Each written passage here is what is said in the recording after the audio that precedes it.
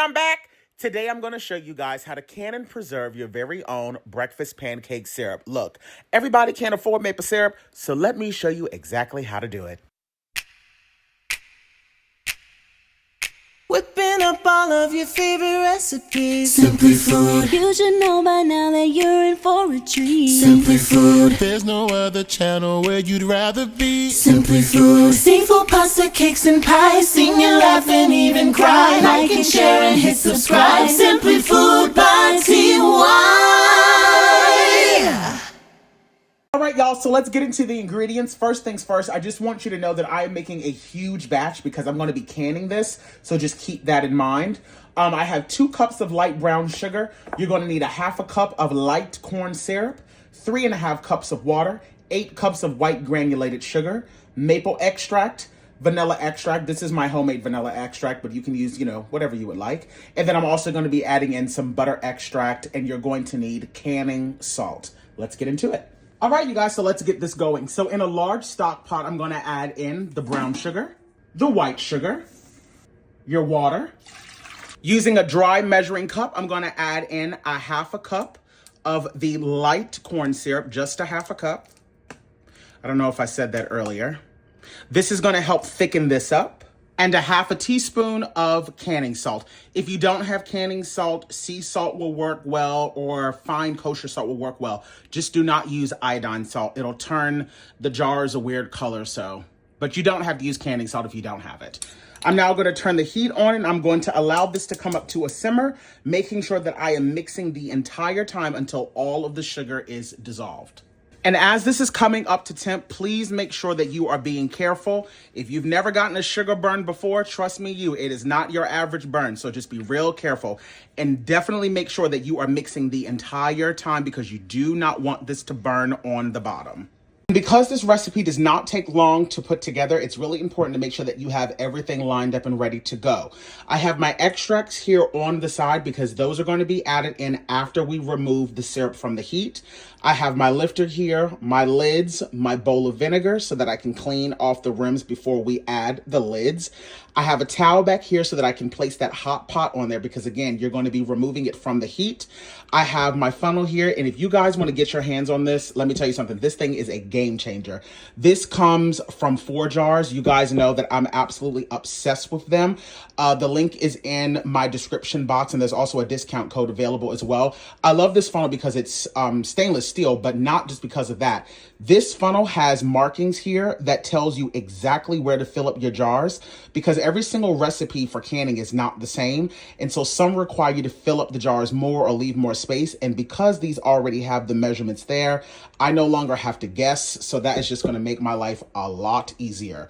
Over here in my large water bath canner, which is how we're going to be processing these today, I have my 5 pint-sized jars already in here getting nice and warm because we are going to be hot packing these. I've also put in a splash of vinegar so that we can make sure that we don't get any mineral buildup on the outside of the jars.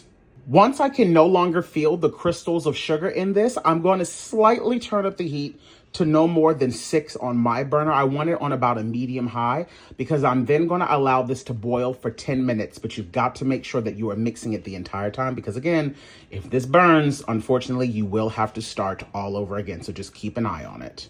I'm also utterly obsessed with this timer that they sent me. It looks like a little pot. I don't know. I just find it really cute. So, again, if you want any of these products, click the link in my bio. Everything's right there. And now that this is coming up to a boil, I've gone on ahead and set my timer for 10 minutes. I'm going to make sure that I stay in here and mix the entire time. I do not want this to be at a raging boil. So if at any point it kind of boils out of control, I will be adjusting the temperature and turning it down a bit because I don't want this to crystallize. But I do want it to be boiling, if that makes any sense. Like, see about right here, that's about as hard as I want that boil to be. No harder than that. I have about 5 minutes left on my timer, and I just wanted you guys to see it's already taking on that beautiful amber color that we all know and love when it comes to pancake syrup. Alrighty, you guys, my timer has just went off. I've now turned the heat off, and I'm now going to remove this completely from the heat. Alrighty, so now that I have removed this from the heat, I'm going to go on ahead and start adding in my extracts. It's extremely important to make sure that you do not add those extracts while it's directly on the heat or they will burn. I'm going to add in 3 tablespoons of my homemade vanilla extract, 2 tablespoons of maple extract. Might do 3 to be honest if I got it. Yeah, we're gonna do 3 tablespoons of my maple extract and 1/4 of a teaspoon of the butter extract. Gonna give this a good mix. As always, you guys know when I hot pack, I don't like taking out more than 2 jars at a time because I want to make sure that the jars stay nice and hot.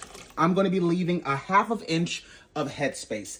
Be very careful as you're ladling this in because it is going to be very, very hot. And just take your time so that you don't make too much of a mess. It is inevitable because, of course, you are working with syrup. And you can see the color of this syrup is just absolutely spot on. The inside of my house smells like a giant Waffle House at the moment. And as a reminder, I'm leaving a 1/2 inch of headspace here.